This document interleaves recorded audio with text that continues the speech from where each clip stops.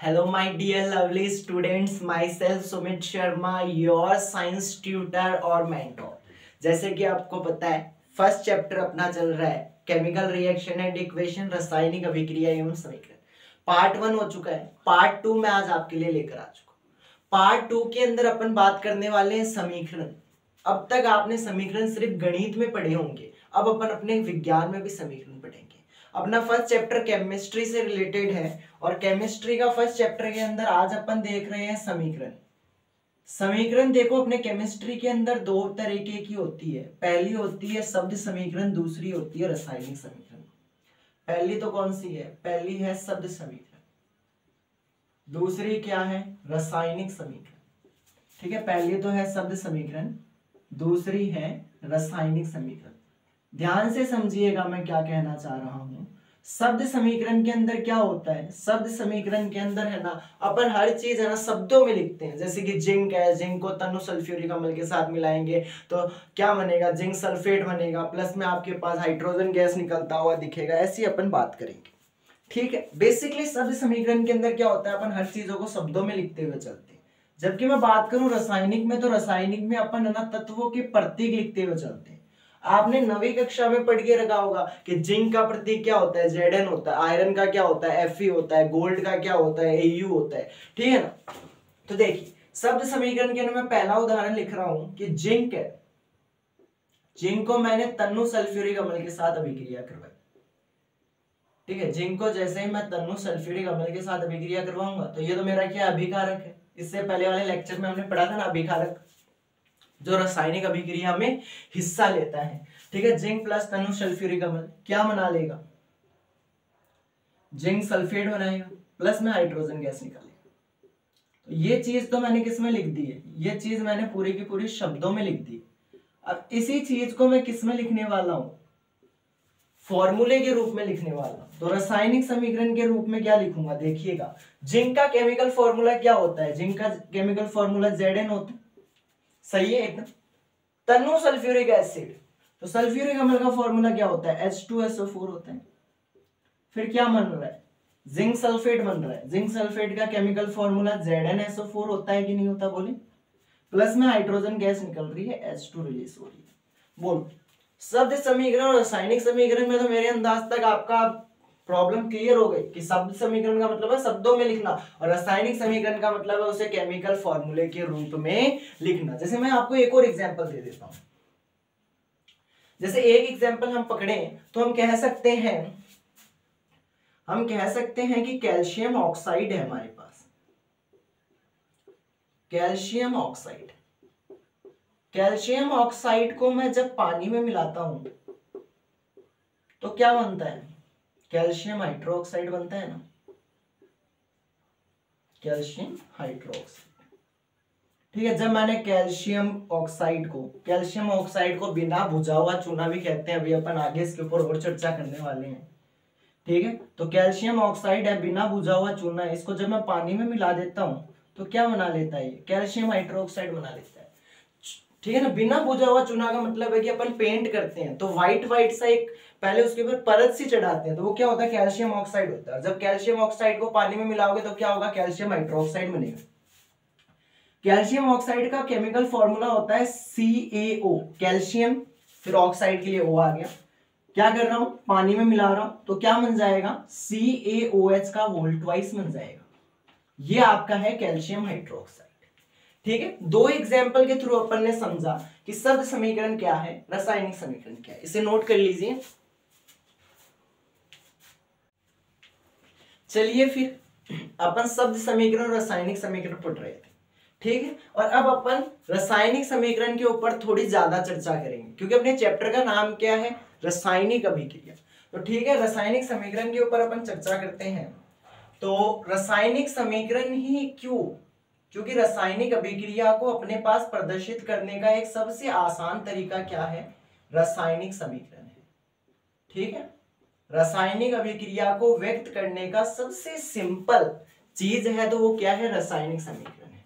मेरी बातों को ध्यान से सुनिएगा कि रासायनिक समीकरण लिखते समय अभिकारक और अभिकारक होते हैं, दो अभिकारक है, उनके बीच में प्लस का निशान लगता है। जैसे कि अपन उदाहरण के लिए समझ रहे हैं, कि ए और बी दो अभिकारक है तो इनके बीच में एक प्लस का निशान लगेगा। ध्यान से सुनिएगा, ये अपन लिखेंगे नहीं क्योंकि ये समझने वाला पार्ट है कि कोई भी अभिकारक है उनको जब अपन मिलाएंगे तो उनको लिखने के लिए दोनों के बीच में प्लस का निशान लगाएंगे। पहली बात, अगर आपकी अभिक्रिया अणु उत्क्रमणीय है तो अपन तीर का निशान डायरेक्टली लगा देते हैं, और अगर आपकी अभिक्रिया उत्क्रमणीय है, दोनों डायरेक्शन में चलने वाली है, तो अपन क्या करेंगे, दो तीर के निशान कुछ इस प्रकार लगाते हैं। ठीक है, उत्पाद हमेशा तीर के निशान के इस तरफ लिखा जाएगा। जैसे ए और बी को मिलाने पर मेरे को सी मिल गया मानना, और ए और बी को मिलाने पर यहां पर भी सी मिल रहा है, तो ऐसे लिखेंगे।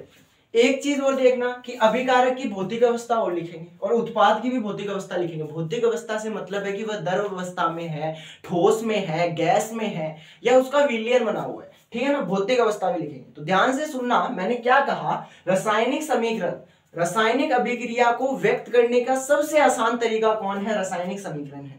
रासायनिक समीकरण लिखते समय अभिकारक को अपने बाएं पक्ष में लिखा जाता है, LHS, लेफ्ट हैंड साइड बोल सकते हैं, दायां पक्ष में लिखा जाता है, और उत्पाद को हमेशा बायां साइड में लिखा जाता है।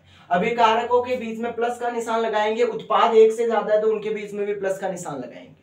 ठीक है, अगर आपकी अभिक्रिया अणुत्क्रमणीय है तो तीर का निशान ऐसा लगेगा, और अणुत्क्रमणीय है तो दोनों डायरेक्शन के अंदर तीर का निशान लगेगा। अभिकारक और उत्पाद की भौतिक अवस्थाएं आप नोट करेंगे। बोलो, यहां तक आपकी कोई समस्या नहीं होगी मेरे अंदाज तक। ठीक है, अब आपने 9वीं कक्षा में एक पॉइंट पढ़ा था, द्रव्यमान संरक्षण का नियम क्या होता है। द्रव्यमान संरक्षण का नियम क्या कहता है कि किसी भी पदार्थ के द्रव्यमान में ना तो उसके द्रव्यमान में वृद्धि होती है और ना ही उसके द्रव्यमान में क्या होती है, कमी होती है। ऐसा ही कुछ आपने पढ़ के रखा होगा।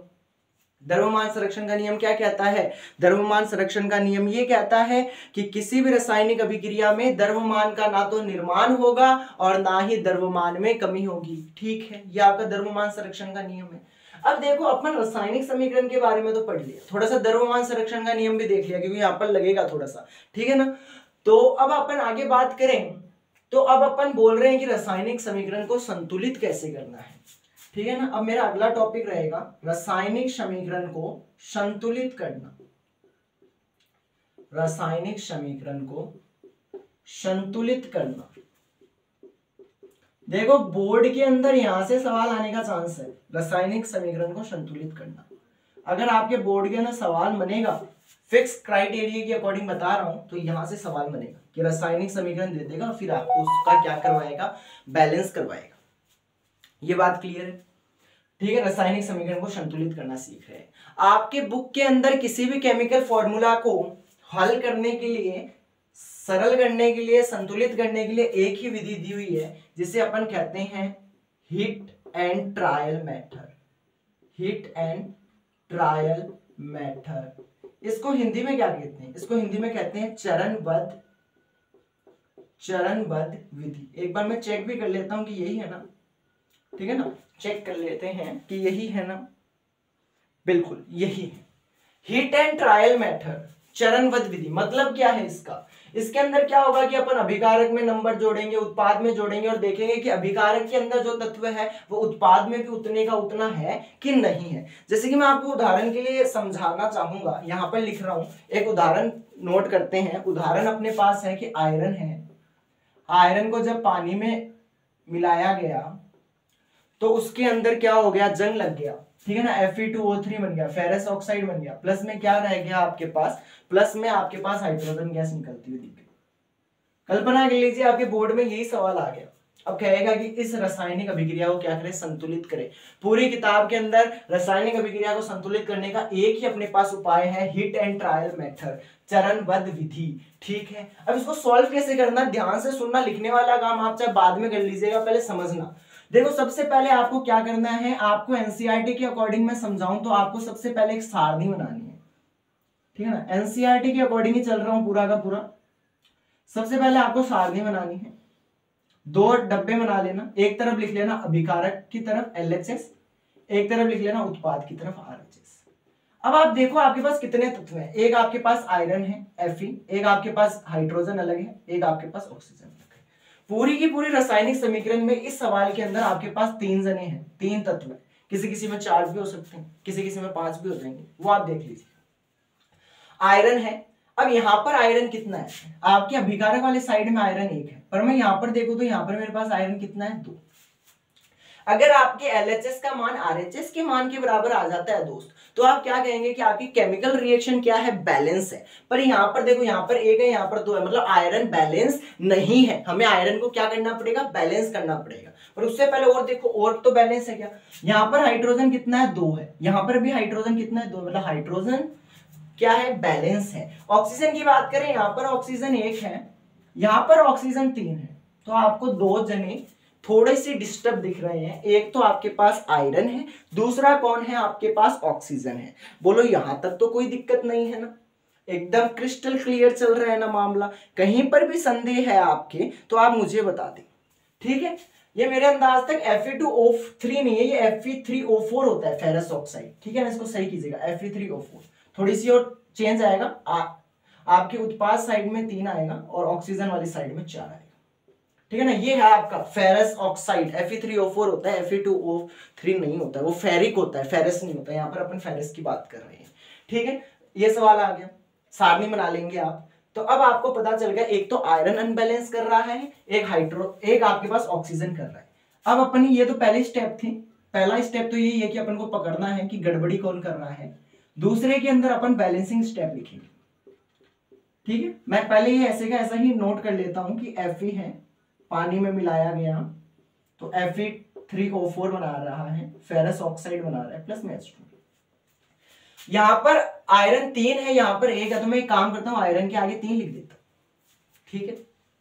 आप कभी भी रासायनिक समीकरण सॉल्व करेंगे तो तत्व के सामने नंबर लिखोगे, तत्व के नीचे नंबर नहीं लिखोगे, ये नोट रखना, ठीक है। गलत हो जाएगा, तत्व के सामने लिखना है, तत्व के नीचे नंबर लिखना ही नहीं है। यहाँ पर 3 आयरन की कमी थी, मैंने 3 लगा दिया। अब आयरन तो बैलेंस हो गया।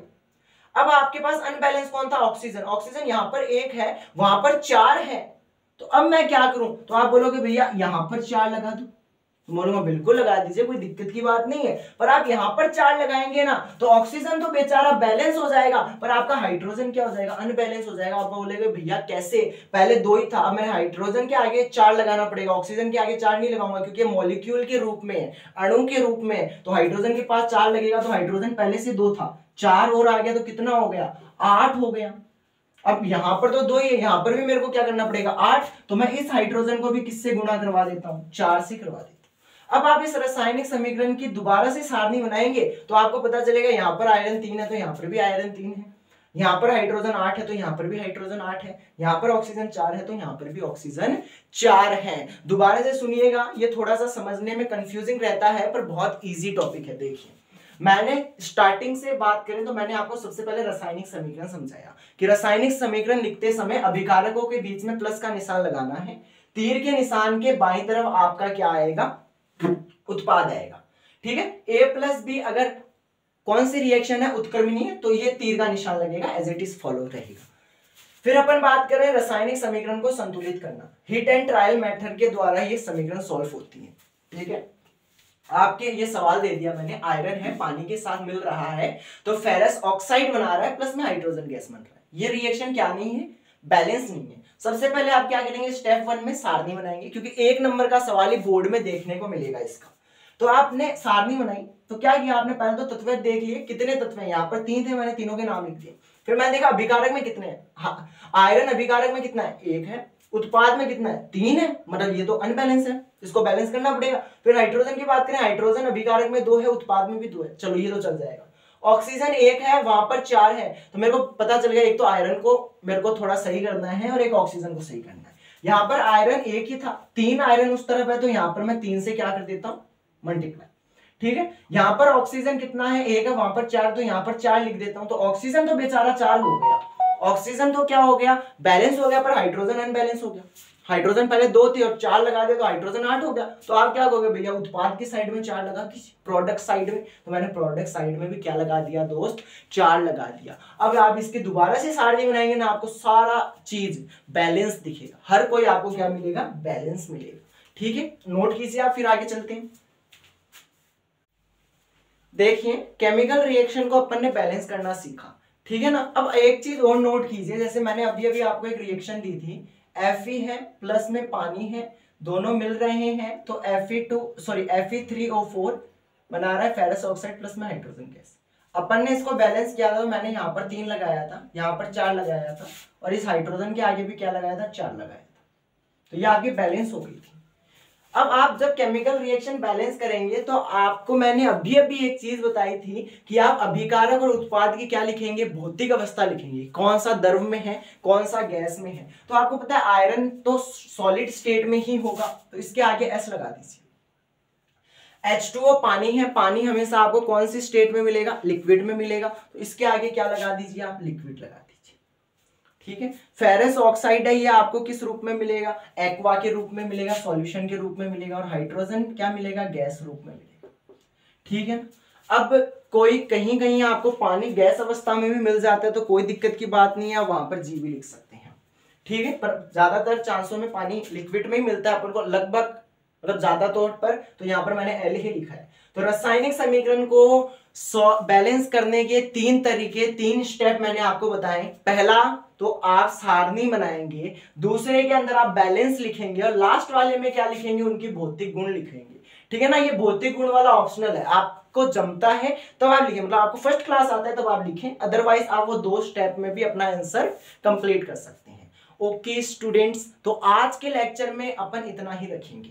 ठीक है, आज के लेक्चर में अपन ने एक छोटी सी चीज समझी है कि रासायनिक समीकरण क्या होता है और रासायनिक समीकरण को संतुलित कैसे करते हैं। तो अब अपन मिलेंगे नेक्स्ट वीडियो लेक्चर में। तो till then keep practising, keep learning, thank you and good bye.